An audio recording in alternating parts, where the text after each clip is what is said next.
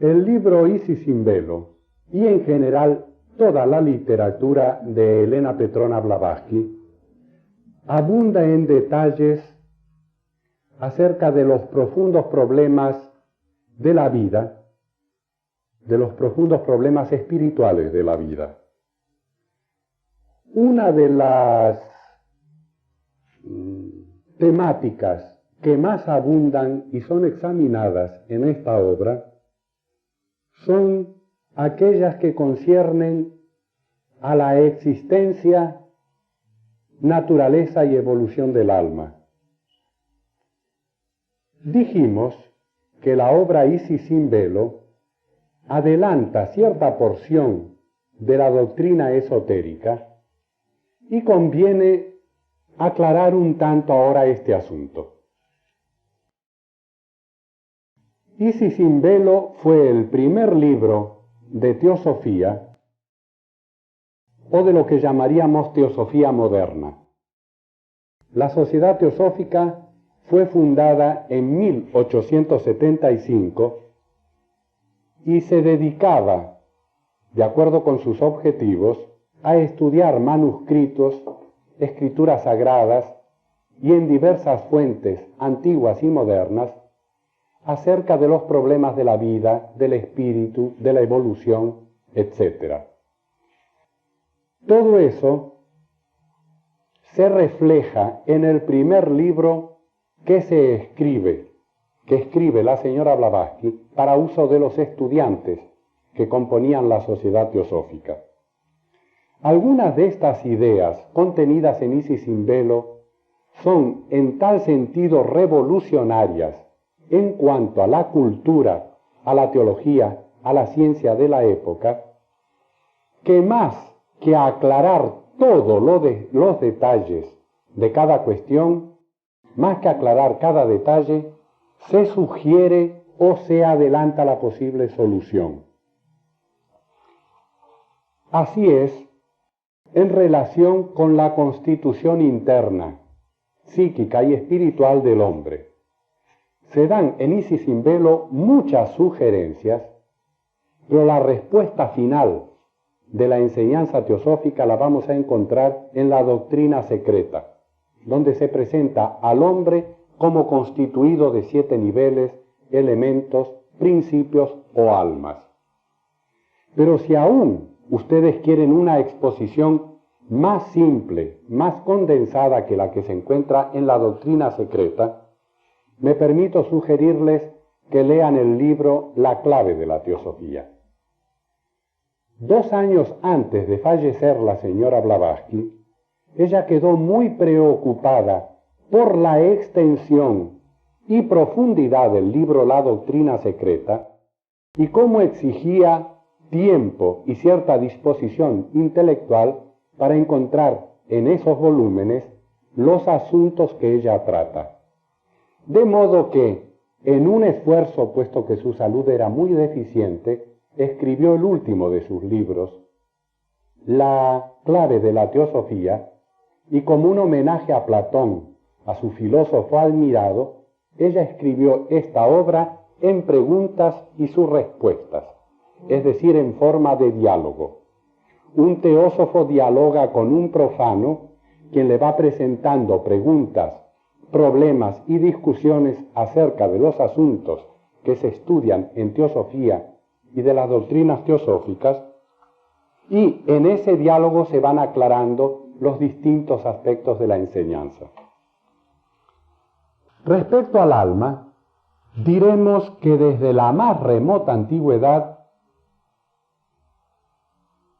las civilizaciones de las que tenemos noticias desde la noche de los tiempos, han creído a nivel popular y a nivel de cultura, a nivel intelectual, han creído que en el hombre existe una cierta realidad de un tipo distinto de la del cuerpo.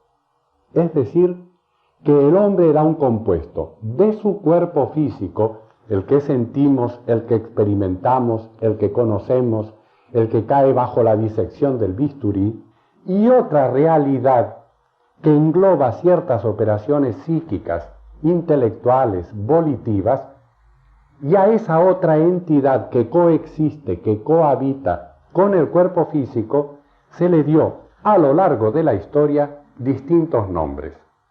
Un nombre común es el de alma, y nosotros utilizamos ese nombre porque nuestra cultura es latina, y en latina se llamaba a esa realidad suprasensible, independiente del cuerpo físico, coexistente con el cuerpo físico, animus o ánima.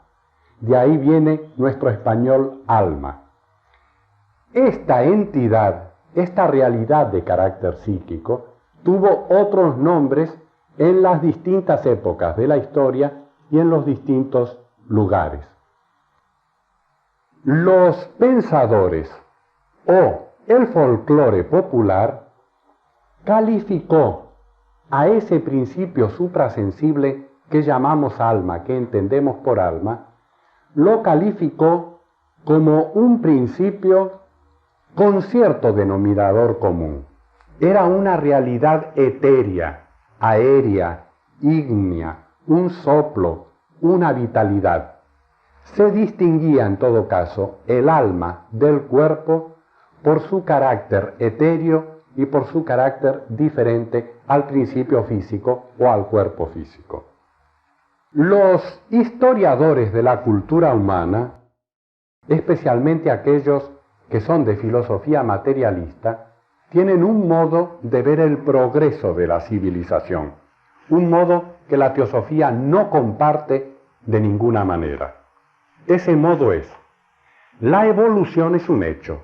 Luego, el hombre apareció como una entidad primitiva sobre el planeta, y a medida que transcurrió su devenir histórico, el hombre fue creando facultades de inteligencia y de capacidad, de modo que sus primeras concepciones son concepciones animistas y muy simples, como las que tiene una criatura, un pequeño. A medida que la humanidad progresa en su camino, en su deambular evolutivo, sus concepciones se van refinando, sus concepciones van siendo revisadas y aparecen nuevos conceptos acerca de lo que se creía anteriormente. Esto es el modo con que se explica el devenir histórico, el mito y las distintas creencias de los pueblos. ¿Por qué la teosofía no está de acuerdo con eso? Porque la teosofía dice que desde el principio de la evolución humana, seres muy evolucionados de otras evoluciones del cosmos vinieron a ayudar a la infantil humanidad. Estas historias que ahora andan en filmes y en libros de mucho impacto son historias sacadas de las enseñanzas teosóficas, cuando una pléyade de jerarquías de una naturaleza, de un carácter más evolucionado y espiritual, vinieron a ayudar dentro del plan divino, del plan universal, a la infantil humanidad. Luego la humanidad desde el principio, y para aquellos hombres que evolucionaron rápidamente, se destacaron de la masa, tuvo instructores y verdades profundas. La religión y la filosofía profunda existieron desde siempre. Si ustedes leen a Maeterlinck, cuando él bucea en la historia de la religión y de la cultura, él va a decir, curioso, en las capas más antiguas de la cultura humana encontramos, junto a formas simplistas, animistas de la naturaleza y de la religión, explicaciones profundamente filosóficas, coexistiendo. Siempre han coexistido la explicación profunda y filosófica que vino de esas grandes jerarquías y fue transmitida esa sabiduría a los primeros grandes hombres que se adelantaron en la evolución humana, porque en la evolución humana hay quienes hacen esfuerzos especiales y aceleran su proceso evolutivo. Ellos recogieron esa enseñanza y fueron esos primitivos instructores que cada folclore y cada antigua civilización tiene a su cabeza. Si buscamos en los pueblos más antiguos y buscamos en la historia y en la tradición de esos pueblos, ustedes van a encontrarse que todos fueron fundados y fueron guiados en sus comienzos por hombres divinos, por hombres superiores. Efectivamente, la humanidad era infantil, pero quienes le guiaban, no. Y de ahí la historia de los reyes divinos que encontramos nosotros en el Extremo Oriente, en Europa y en la América. Esta es una tradición universal y se encuentra en todos los pueblos. Así, las concepciones populares del alma corren parejas con las concepciones filosóficas. Pero ¿por qué encontramos nosotros estas diferencias? Estas diferencias las encontramos por lo que hemos explicado en las clases anteriores. Cada religión tenía su aspecto popular y cada religión tenía su escuela de misterio o su escuela esotérica. Cada gran civilización tuvo enseñanzas a nivel simple para las masas y tuvo enseñanza filosófica y científica para aquellas mentes que no se podían conformar con simples mandamientos y que querían ciencia, querían saber, mentes adultas que ya estaban en disposición no sólo de recibir la verdad, sino de investigarla por sí mismos. Entonces, al lado de esas capas simples e infantiles que representan una corriente de la historia, está siempre la otra capa, la otra corriente, la esotérica, y no nos debe sorprender que el Veda y otras escrituras antiguas, junto con concepciones sencillas, no elaboradas, tengan al mismo tiempo concepciones de carácter o de un carácter filosófico asombrosamente metafísico. Esto nos llevaría lejos y nos conviene ahora examinar lo que dicen del alma esas corrientes, las corrientes populares y las corrientes de carácter filosófico. Yo he extractado de algunas fuentes definiciones sobre la palabra alma. Por ejemplo, un diccionario común. Un diccionario común nos dirá que el alma es una sustancia espiritual e inmortal que informa al cuerpo humano independiente de él y con él constituye la unidad sustancial llamada hombre. Esto es una definición teológica, es la de la teología del catolicismo actualmente. Por extensión, se dice de alma que es el principio sensible de los animales y vegetativo de las plantas. Como sostienen algunos filósofos, ustedes pueden consultar a Descartes, por ejemplo, con sus espíritus animales, sus espíritus vitales, para representar aquella fuerza vital y semi-inteligente que está de todo el proceso y detrás de toda criatura. No es el alma racional o el alma humana, en todo caso, la de los animales y la de los vegetales. Hay una definición de la palabra espíritu que quiero leerles también. Sustancia sutil, considerada como principio de la vida. Hay espíritus, animales, vitales, etc. Ustedes ven que está equiparando alma con espíritu. Dice además, hálito, don sobrenatural, espíritu de profecía. Sustancia que se extrae de ciertos cuerpos sometidos a la destilación, como el espíritu de ciertas plantas o vegetales. Alma individual, especialmente la de un muerto, cuando decimos evocar los espíritus. Realidad pensante en general, sustancia inmaterial y racional. Como sinónimo de alma, es la parte inmaterial, simple, indivisible e incorruptible, forma del cuerpo, sede de la conciencia, de las facultades racionales y del libre albedrío que caracteriza al hombre y lo diferencia de los animales. En sentido metafísico, el espíritu se opone a lo material o al cuerpo y designa la sustancia que piensa, siente y quiere en oposición a la sustancia extensa e impenetrable que es la materia. Observemos que esta concepción del alma o del espíritu le da al alma distintas propiedades o modos de ser. Dice, en sentido metafísico se opone a lo material o al cuerpo y designa la sustancia que piensa, siente y quiere. Es decir, que tiene departamentos, el racional para pensar, el emocional para sentir y el volitivo para querer. Es aquella realidad inmaterial que piensa, siente y quiere. Estas calificaciones que están de acuerdo con la teología del cristianismo son una herencia de enseñanzas más antiguas y depuradas son la herencia de la tradición esotérica de todos los tiempos que enseña las mismas cosas respecto del alma o de las varias almas.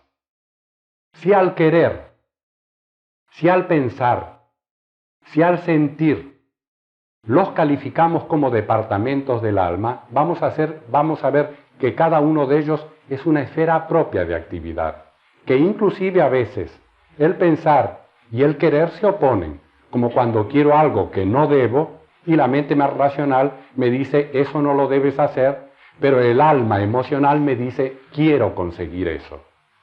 Esos distintos aspectos de una misma alma o esos principios separados que los antiguos también llamaban almas viviendo dentro del hombre, pueden estar de acuerdo o pueden estar en desacuerdo. Algunas veces se ha dicho que el sentido de la moral es cuando el alma racional se aparta y quiere dominar los apetitos y las inclinaciones de las otras almas, del alma vital, del alma animal, del alma sensitiva. En todo caso, estalla una lucha en el interior del hombre. Estalla la lucha de lo que se debe y de lo que se quiere. No siempre lo que se quiere es lo que se debe. De modo que el sentido moral frena o trata de frenar aquellas inclinaciones de la naturaleza humana que pertenecen a los aspectos inferiores del alma o a los principios o almas inferiores. Quisiera pasar una mirada por las distintas concepciones del alma desde la remota antigüedad. Un diccionario de filosofía nos dice que el alma es un término ambiguo. Es ambiguo porque designa varias realidades psíquicas, no una sola. Es un término ambiguo, aunque su significado guarda cierta unidad. La unidad es que no es el cuerpo. Aunque sea ambigua la caracterización de esa entidad psíquica, hay algo que guarda unidad en el concepto y es que no es el cuerpo físico. Con frecuencia, el alma es concebida como un tipo de realidad que engloba alguna de las operaciones psíquicas, como inteligencia, voluntad, sentimiento. Vemos nosotros aquí lo que nos decía el diccionario anteriormente. Y hasta como esas facultades de inteligencia, voluntad y sentimiento en conjunto. En la antigüedad, la representación de alma es variada, pero se destacan tres rasgos comunes a todas ellas.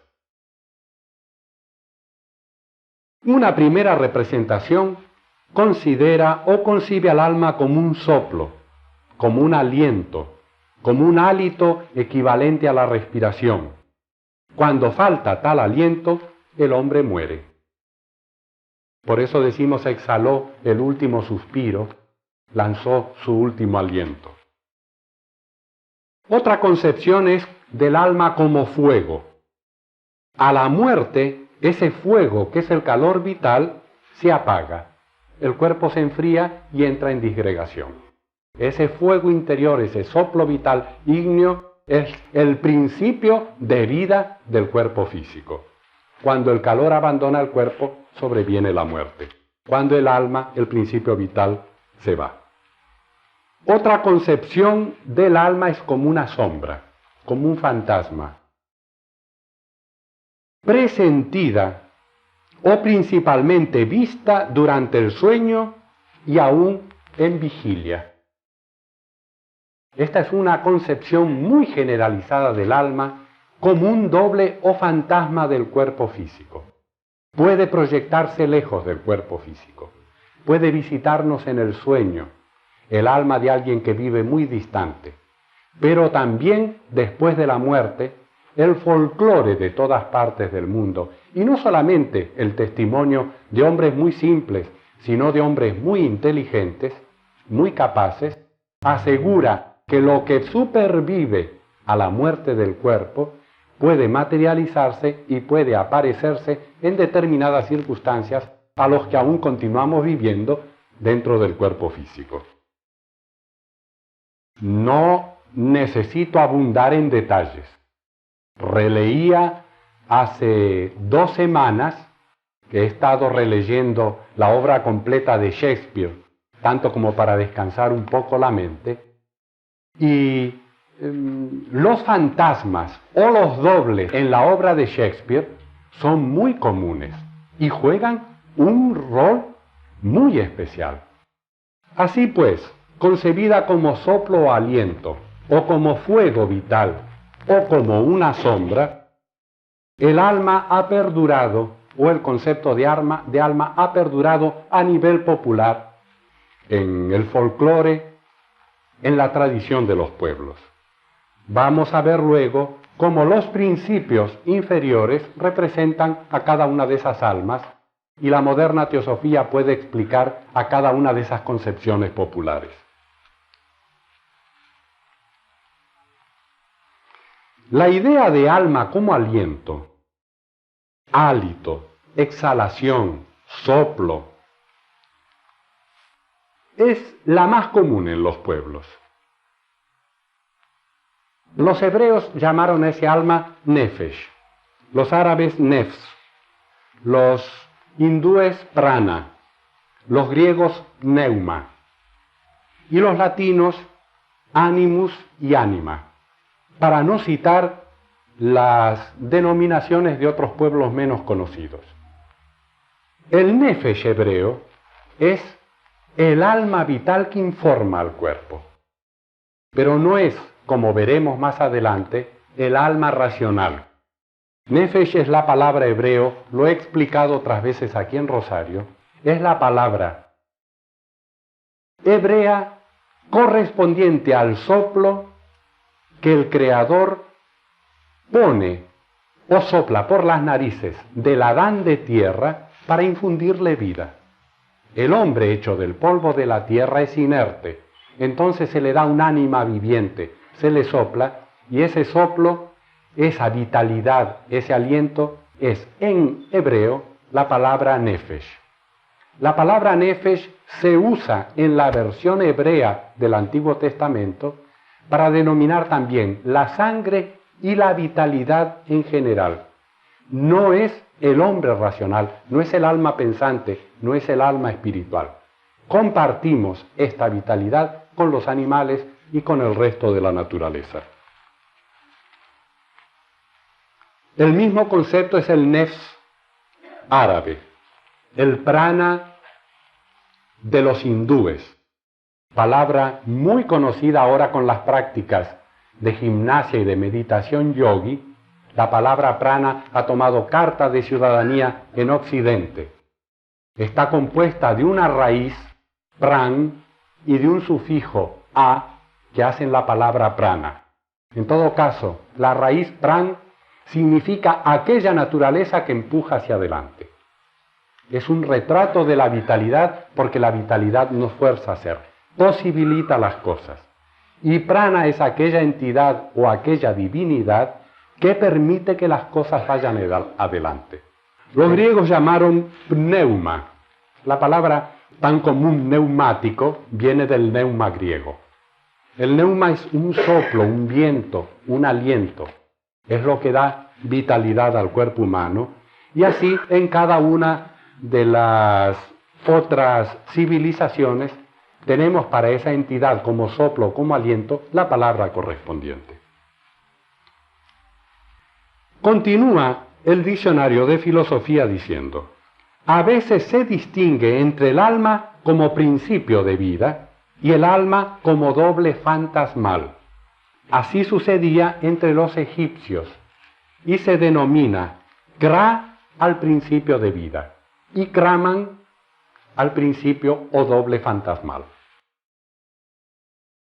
El autor nos recuerda lo que nos dice Homero en sus libros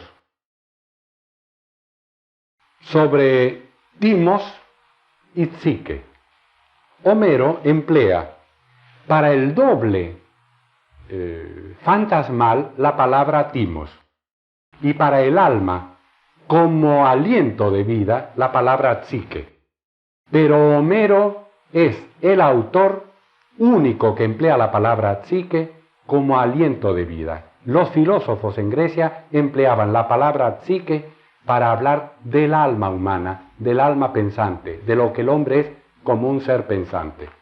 Y las historias sobre Psique y Eros, Psique el alma que busca a Eros, su principio superior, como más tarde en la mística cristiana el alma busca a Cristo para desposarse de él, en todo caso esas enseñanzas son idénticas.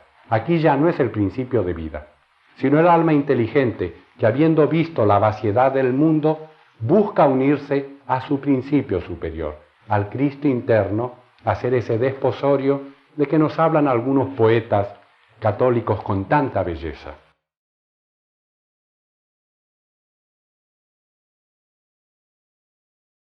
La idea de alma se va precisando como un doble.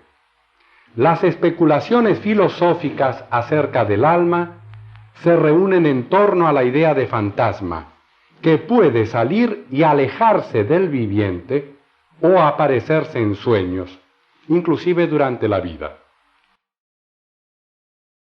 Ahora veamos entre los filósofos, y como nos hemos ocupado de Platón, vayamos a Platón.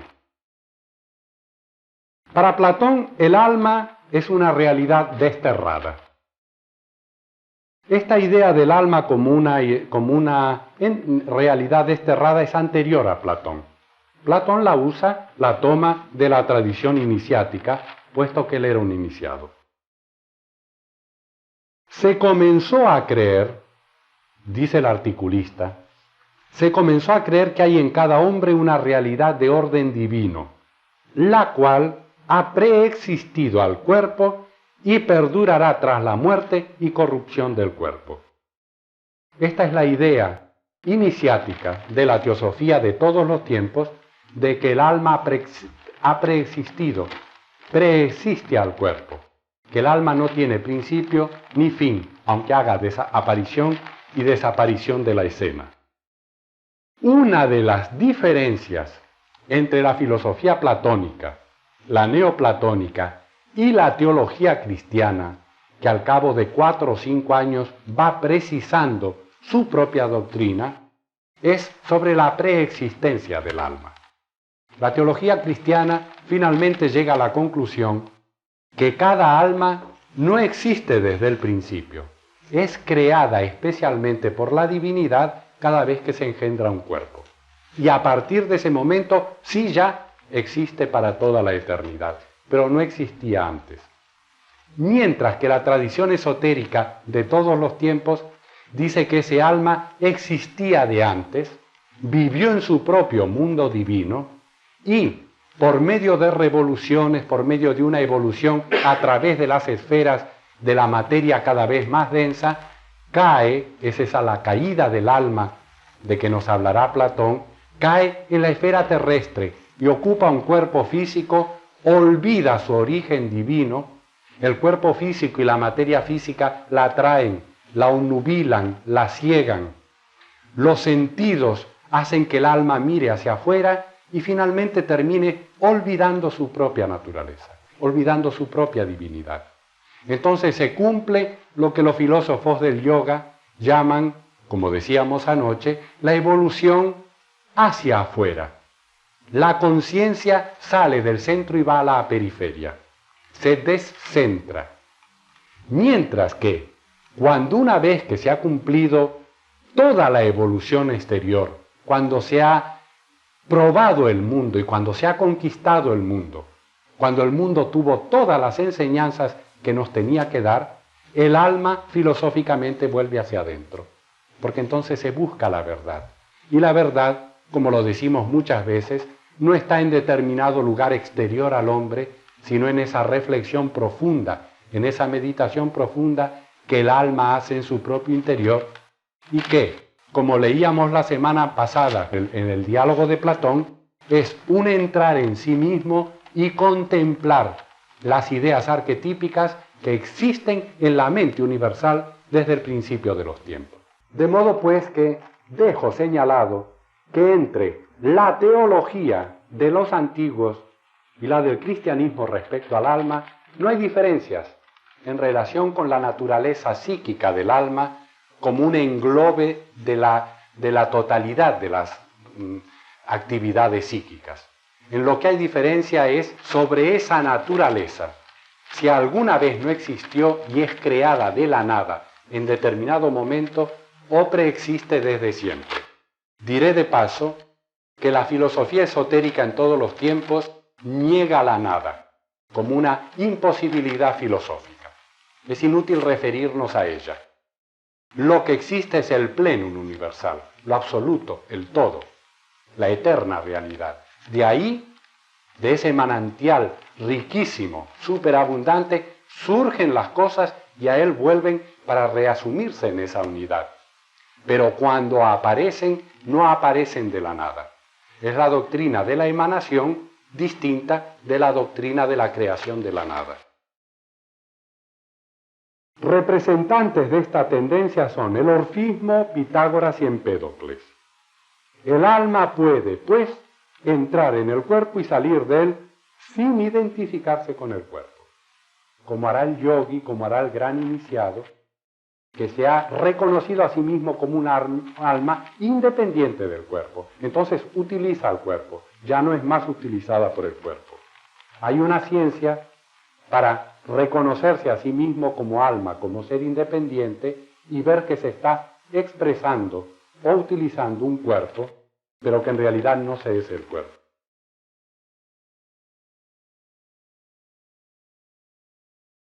El alma, dice Platón, tiene varios tipos de actividades. Tiene una parte sensitiva, que es la sede del deseo, una parte irascible, que es la sede del valor, y una parte inteligible, sede de la razón. Esta última parte, la inteligible, es separable del cuerpo, y los comentaristas dicen que las otras partes están unidas al cuerpo. Platón efectivamente dice que en el hombre alienta un alma con 3 departamentos o actividades, o 3 almas, o 3 principios. La palabra principio y alma entre los antiguos se usan como sinónimos en más de una oportunidad. La palabra alma significa lo que anima a algo. Una persona brillante entra en una reunión donde todo es más o menos mediocre o aburrido y se convierte en el alma de esa reunión. Decimos que un actor puede ser el alma de la función por su propio talento y su capacidad de expresar la vida. En ese sentido, el alma es la esencia, es aquello que informa, que da vida, que da vitalidad al cuerpo. Y en el alma encuentra Platón 3 sedes o 3 almas o 3 principios. Platón dice que los seres humanos no somos ni del mismo temperamento ni de la misma capacidad. Obviamente, sería tonto querer proclamar la igualdad en cuanto a capacidades y a temperamentos porque sabemos que no es así. Algunas veces me he referido al pianista Rudolf Virchow, una de las glorias del piano en nuestros días, cuando él dice que ha estudiado pocas horas al día y que no ha sido muy aplicado al estudio del piano. En el Conservatorio de Praga, él es checoslovaco, estudiaban en su promoción, eran sus compañeros de estudio, casi un centenar de estudiantes del piano, con el mismo amor a la música, con la misma dedicación, con la misma técnica, con la misma enseñanza, con las mismas o más horas de aplicación a hacer los ejercicios. Sin embargo, salió un Firkuji, salió uno solo, y posiblemente el que no era más aplicado. ¿Por qué? Porque este hombre tenía un toque, una evolución, un algo especial que le hacía vencer dificultades que otros no pueden vencer. Nuestras capacidades y nuestros talentos son distintos. Nuestra capacidad para hacer ciertas cosas es limitada en algunos aspectos y muy buena en otros. Es posible que yo tenga una capacidad mecánica y prepare maquinarias, pero no podría dar una conferencia de filosofía. Entonces el refrán popular dice, zapatero a tus zapatos. Platón propone varias clases en el Estado, en la República Perfecta, mandada por la clase de filósofos, guiada, gobernada por los hombres sabios. Él dice, quien debe gobernar es el hombre sabio. Y los demás, cada uno en su nivel, deben ser obedientes y creativos en su nivel. En una palabra, nadie debería pretender, por envidia, por ilusión, por falta de autocrítica, estar haciendo aquello para lo cual no es capaz, pero quiere hacer. Porque la desgracia del mundo moderno es que todos sabemos cómo tienen que actuar los demás, pero no sabemos cómo tenemos que actuar nosotros. Todos sabemos cómo tiene que actuar el ministro de Economía, qué paquete de medidas tomar y cosas por el estilo, pero es posible que nuestra propia economía, finanzas y los detalles de nuestra vida sean harto complicados y muy desacertados. Así, en la República Perfecta hay varias clases de seres que se ocupan de aquello que se deben ocupar. Y Platón equipara la República al ser humano. Él dice, en el hombre hay varios principios. El thumos o cuerpo físico, el alma sensible o de deseos, la sede del valor, la sede de la responsabilidad, y el alma racional, la que contempla las verdades. Esta última debe mandar a las otras almas. No es el cuerpo el que puede mandar al alma. No es el apetito el que puede mandar al alma, porque entonces el hombre se convierte en algo peor que un animal, como hay casos. Es la parte racional, contemplativa y superior quien tiene que dominar a las otras clases de almas o principios inferiores. En este sentido, el hombre que no se domina a sí mismo, nos dirá Platón, es el esclavo de sí mismo. El hombre dueño de sí mismo es el hombre que con su alma superior pone en línea, en orden y en armonía a los principios inferiores de su naturaleza, y cada uno de esos principios inferiores trabaja bajo la guía del superior en un concierto y en una armonía común. Se propende, nos dirá el filósofo, al supremo bien, a la suprema armonía.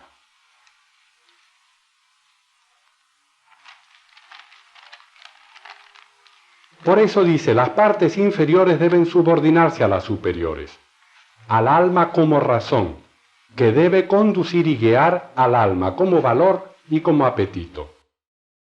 Estas ideas penetran en los neoplatónicos y con los neoplatónicos en la teología del cristianismo, porque el cristianismo nos dirá que el alma puede perderse si se animaliza y puede alcanzar un estado superior aún en vida si se dedica a las cosas superiores, a las cosas divinas. Sobre el particular y sobre la ética no habría diferencias y dificultades entre ambas teologías. Las diferencias consisten, entre otras, en la que apunté antes. Ahora quiero que ustedes me acompañen en un examen breve acerca de la constitución del hombre como aparece en las obras de la señora Blavatsky. Nosotros vimos que el hombre puede ser concebido como un cuerpo y un alma. Lo decíamos anoche, puede ser concebido como un cuerpo, un alma y un espíritu. Esto ya presenta complicaciones porque, como se me ha preguntado tantas veces, ¿qué diferencia hay en ese caso entre el alma y el espíritu? Eso es una fuente de confusión, tanto que la teología oficial de la Iglesia se puso de acuerdo en determinado momento y dijo: vamos a erradicar el espíritu y vamos a dejar al hombre como un compuesto de cuerpo y de alma para evitar dificultades de interpretación. En verdad, en el Evangelio el único que se ocupa del hombre como cuerpo, alma y espíritu es San Pablo. No aparece esa clasificación trina ni en el Antiguo Testamento, ni en otros tratadistas o personas que han escrito y que forman parte del Antiguo o del Nuevo Testamento. Pero para San Pablo sí.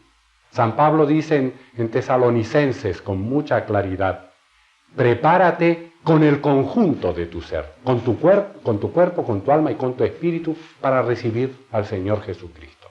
Él dice con toda claridad que el hombre es un compuesto de cuerpo, alma y espíritu. Tenemos otras clasificaciones, porque el alma, la dificultad de los filósofos es que el alma, ¿cuál es el alma que se dedica a las cosas divinas y cuál es el alma que se dedica a las cosas animales? Al egoísmo, a las miserias, a todo aquello que constituye la ruindad de la mente y de la emoción. Es la misma cosa, es la misma alma quien sueña el bien de la humanidad, que sueña con la universalidad. Es esa misma alma la que piensa cómo violar, cómo robar, cómo matar, cómo utilizar a los demás para los propios provechos personales. En realidad, eso ha hecho que se distinguiera desde muy antiguo de que esas cosas no eran compartimentos de un solo alma, de una sola alma, sino que eran naturalezas diferentes en el hombre. Así lo termina de decir Platón. Platón dice primeramente: en el alma hay un aspecto bueno y un aspecto malo. El aspecto bueno va al arquetipo, al nu. El aspecto malo se mezcla con la locura irracional de la parte sensitiva, apetitiva. Esto es lo que adelanta Platón. Pero después dice que hay un alma medianera entre esa cosa espiritual y esa cosa animal que cada uno de nosotros tiene dentro. El hombre es muy paradojal. Cada uno de nosotros somos muy paradojales. En la naturaleza todo es más simple que el hombre. Los animales tienen un instinto y podemos predecir qué es lo que van a hacer en determinadas épocas del año si conocemos su vida instintiva. No hay secretos.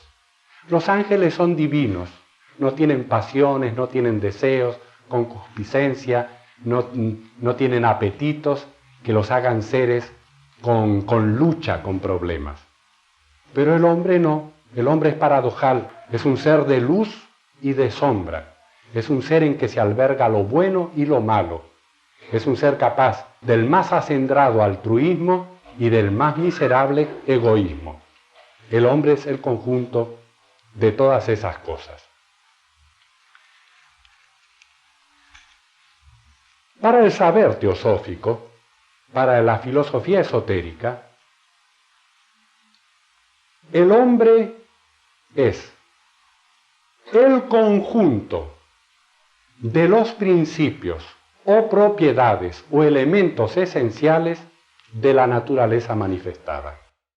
No hay diferencia entre el cosmos y el hombre, sino que el cosmos es macro y el hombre es micro. El hombre es un compendio de todo lo que nosotros encontramos en la totalidad. La constitución del hombre es una constitución complicada porque esos principios, cada uno de ellos siendo emanación de otro, se diferencian y tienen su propia actividad, su propia conciencia, inteligencia y volición. De las distintas almas o principios que componen al hombre, cada uno de ellos puede cooperar con los demás o vivir exclusivamente para sí. Un ejemplo, el principio inferior y el más denso, el cuerpo físico. Obvio es que nuestro cuerpo físico tiene una cierta conciencia que vamos a llamar conciencia elemental o corporal.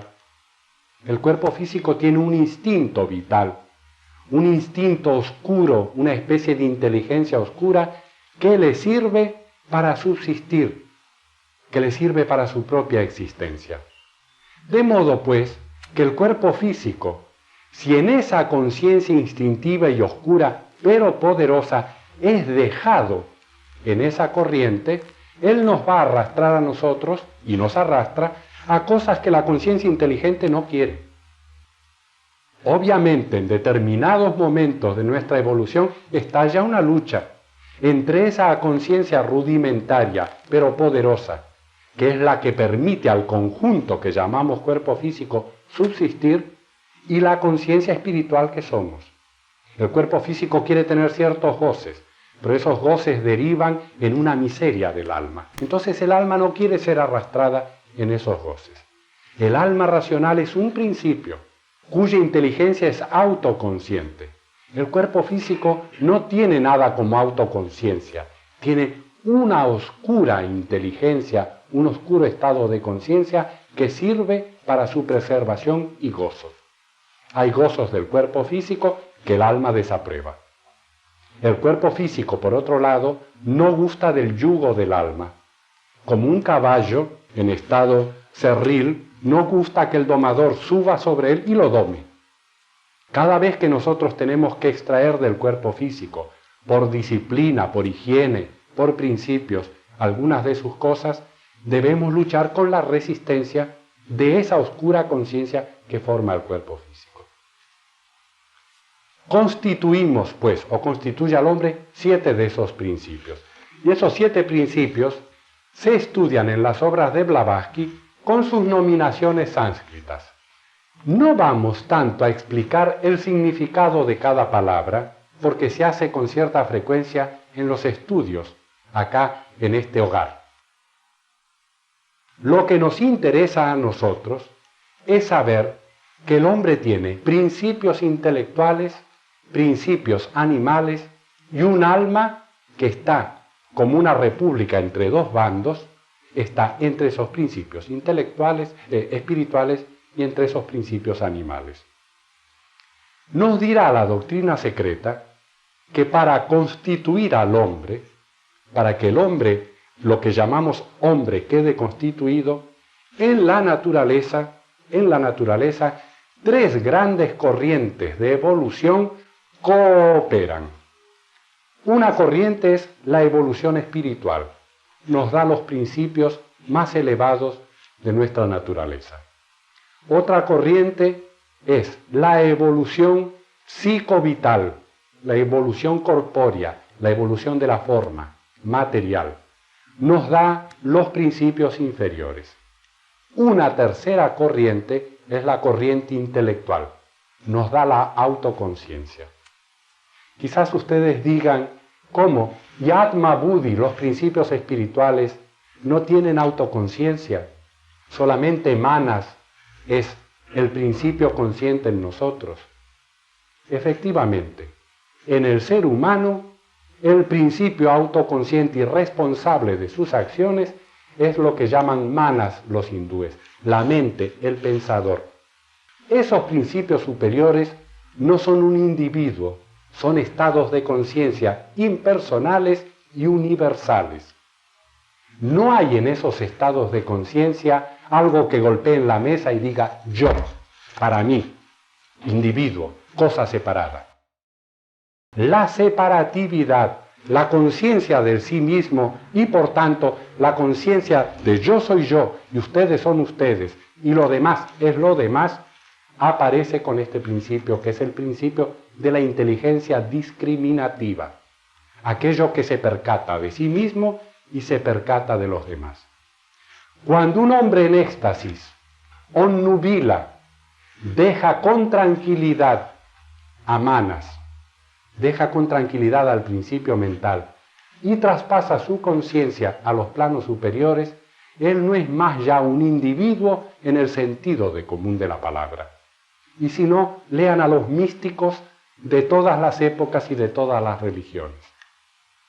Cuando vamos más allá de la mente, nos dirán estos hombres y estas mujeres que por pureza, por devoción, por ejercicios, por meditación, por distintos medios han tenido un acceso a los estados superiores y espirituales de Atma Buddhi.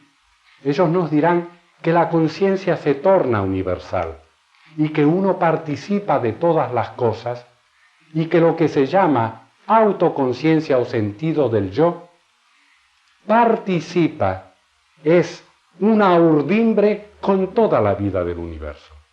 Por eso el místico que arribó a aquellas regiones y vuelve otra vez al cuerpo físico, no vuelve el mismo.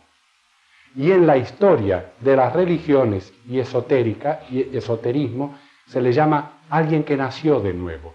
Es un individuo que tiene una visión desde adentro de la unidad perfecta y de la universalidad de todo. Es como si yo los veo a ustedes, con mis sentidos y mi mente, como algo separados de mí.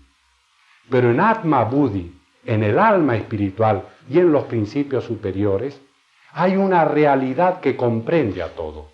El sumo bien de Platón, la divinidad, el Dios de las religiones. Esa es la realidad y esta separatividad que vemos ahora aquí y que la sentimos como real, es en realidad algo que está viviendo en un mar de unidad, en el seno de la unidad, en una urdimbre, en una imbricación, de modo que no somos cosas separadas, respiramos la misma vida, somos la misma vida, y el aspecto más denso y exterior de esta vida es rubio o moreno, alto o bajo, grueso o delgado. Solamente la película exterior es diversa, pero cuando nosotros tras el fenómeno individual y de la naturaleza vamos al nóumeno, encontramos este reino de la unidad, este reino de la luz, que es lo que hace que la vida individual que vivimos aquí sobre la tierra sufra un rudo golpe y el hombre devenga universal. Por eso, esos grandes instructores que han pasado la mente y se han establecido en ese mundo, se les llama en algunas corrientes esencias universales. Para los gnósticos y para los primitivos padres de la Iglesia, Cristo era una esencia universal, no era un individuo propiamente dicho, no era un accidente geográfico o histórico, era un estado de conciencia universal. Por eso Pablo habla como un iniciado y dice que espera que el Cristo nazca en nosotros. Es decir, que de esta vida de separatividad e individualidad podamos establecernos en la vida de la unidad. Estas palabras tienen un significado especial, hay que leerlas con la clave esotérica, el conocimiento adecuado. Estas tres corrientes, pues, forman al hombre. Esotéricamente, internamente, el hombre es un septenario. Exotéricamente, y a los efectos de una psicología aplicada, es un ternario. Espíritu, alma, cuerpo. El alma, o el principio intermedio, es de tal naturaleza que participa por un lado del animal, o de la forma, y por otro lado del espíritu. ¿Por qué el manas tiene la particularidad de comunicarse o con lo peor del egoísmo y de la animalidad o con lo más elevado de la universalidad y de la impersonalidad del espíritu, de la vida espiritual? Porque su naturaleza es una naturaleza doble. Manas lo van a encontrar en Platón, en Plotino sobre todo, en los neoplatónicos, es un principio de naturaleza doble. Y ese principio autoconsciente somos nosotros, ustedes y yo. En ustedes hay la posibilidad de unirse a lo divino. Y hay la posibilidad de perder la racionalidad y ir a la locura de lo apetitivo y de lo inferior. En el ser humano, esa mente planea, unida al cuaternario animal, a los principios inferiores, planea cosas que después esa misma mente se avergüenza. Porque ¿quién no tiene vergüenzas de cosas que no debería haber hecho y ha hecho porque son cosas destructivas, egoístas, que han dañado a otro en beneficio de nadie? ¿Quién no tiene en su haber, en su vida, cosas que si pudiéramos revisar y volver a vivir la vida, diríamos, esto no lo voy a hacer, porque esto no ha sido bello, noble, universal, positivo, constructivo? Esto no ha ayudado a nadie, ni siquiera a mí, porque me ha llenado de neurastenia, de dolor, de sentimiento de culpa. Ese manas, por su naturaleza, puede unirse a lo divino. Entonces, por lo que puede unirse a lo divino, puede rescatar al animal. La ascesis, el ascetismo, porque el ascetismo no es darse golpes con un cilicio en la espalda y lastimarse el cuerpo. El ascetismo viene de accesis, de camino, de acceso, de lugar a donde se puede llegar a otro lugar. Llamaban a eso Antakarana en la India. Es un puente que construimos con nuestra voluntad y nuestra devoción para dirigirnos a contemplar las cosas espirituales, el mundo de las ideas platónicas. Esto no está desprovisto, esta enseñanza del esoterismo no está desprovista ni de racionalidad, porque ustedes pueden entender como probable y racional lo que yo les estoy diciendo, sino que también tiene mucho que ver con la vida íntima de ustedes. Si un hombre no se atolondra y no se aturde tanto como para que no querer ver sus problemas de conciencia interior, sabrán que en él hay dos fuerzas que están en pugna. Una que lo lleva al egoísmo y a la animalidad, y otra que lo lleva a ser un ser bueno, cada vez más perfecto y más universal. Y que hay una conciencia en medio que se ve arrastrada, ora en una dirección, ora en otra dirección. Esto es psicología pura, es ciencia psicológica. Un ser que quiere ser verdadero consigo mismo nos dirá que esta enseñanza es auténtica, porque no es teorética, se refiere a los procesos más profundos y reales de la vida y de la psicología humana.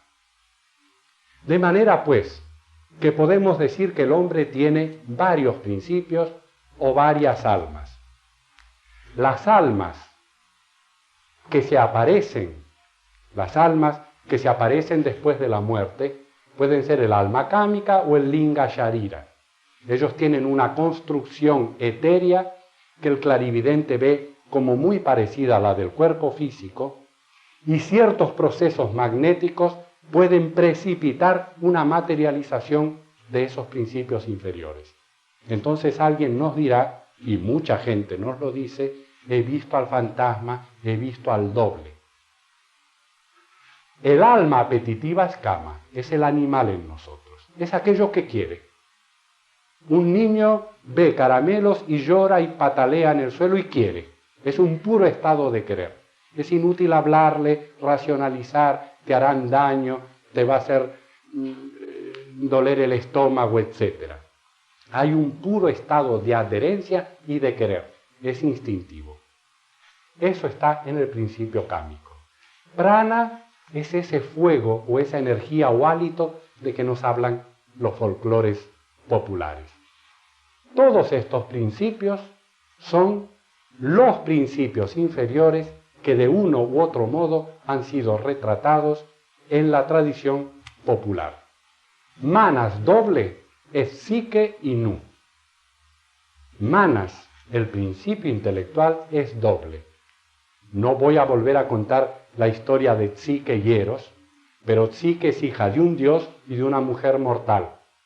Y esa ingeniosa alegoría, como nos la contaron los griegos, nos hace ver la dualidad del principio pensante o del alma humana, de Psique.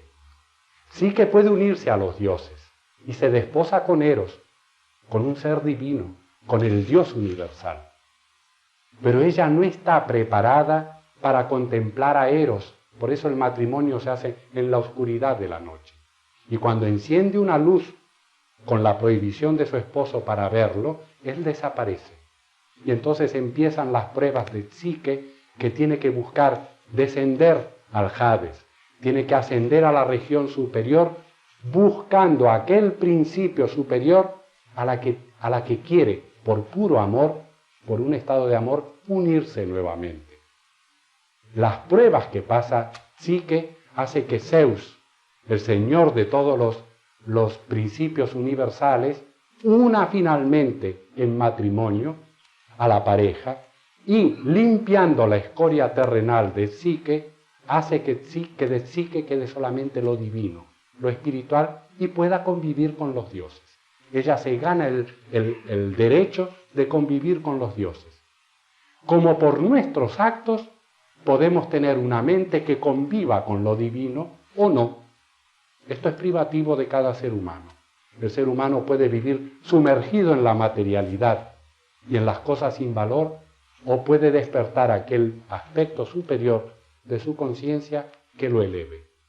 Para eso hay disciplinas, para eso hay meditación, hay introspección, hay toda una ciencia que nos permitirá afirmarnos en esos principios superiores. Gracias.